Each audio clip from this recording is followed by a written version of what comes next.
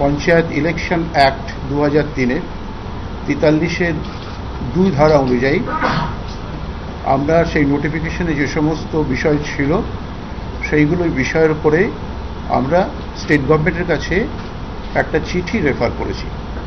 একবার দেখে নেওয়া যাক পশ্চিমবঙ্গ পঞ্চায়েত নির্বাচন আইন 2013-র 43-এর 2 ধারায় কি বলা হয়েছে।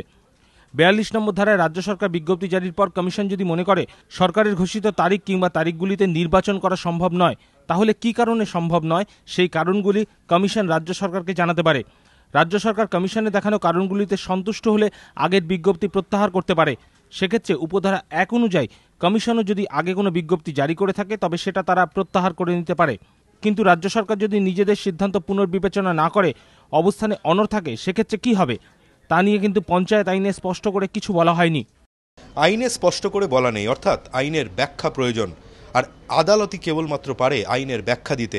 সে কারণেই মনে করা হচ্ছে রাজ্য সরকার এবং রাজ্য নির্বাচন কমিশনের এই টানাপোড়েন শেষমেশ কলকাতা হাইকোর্ট পর্যন্ত গড়াতেই পারে।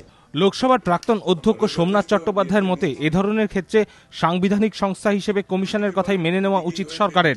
আমার মতে যেমন জজেদের বিষয়ে কনসালটেশন মানে কনকারেন্স, নির্বাচন কমিশনের ব্যাপারেও কনসালটেশন মাস্ট বিন কনকারেন্স। নিশ্চয়ই নির্বাচন কমিশনে তাদের কাজে হস্তক্ষেপ করলে মনে করেন যে আমাদের সাংবিধানিক দায়িত্বে হস্তক্ষেপ করা হচ্ছে, আমার মতে তারা নিশ্চয়ই বিচারের জন্য যেতে পারে।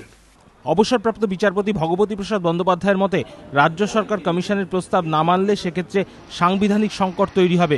356 ধারা প্রয়োগের মতো পরিস্থিতিও তৈরি হতে পারে। It will amount to a breaking down of the constitutional machinery within the meaning of Article 356. Governor may seek the help of the President of India. সেটা আরও খারাপ হবে কি আমরা কেউ চাই না যে একটা ইলেকশনে নিয়ে ঝগড়াঝাটি নিয়ে আমাদের এখানে একটা প্রেসিডেন্ট রুল হয়ে যাক। কমিশন যদি আদালতের দ্বারস্থ হয় এবং নির্দিষ্ট সময় পঞ্চায়েত নির্বাচন না হয় সেক্ষেত্রে কি রাজ্য সরকার প্রশাসক নিয়োগ করতে পারবে এমন প্রশ্ন উঠছে।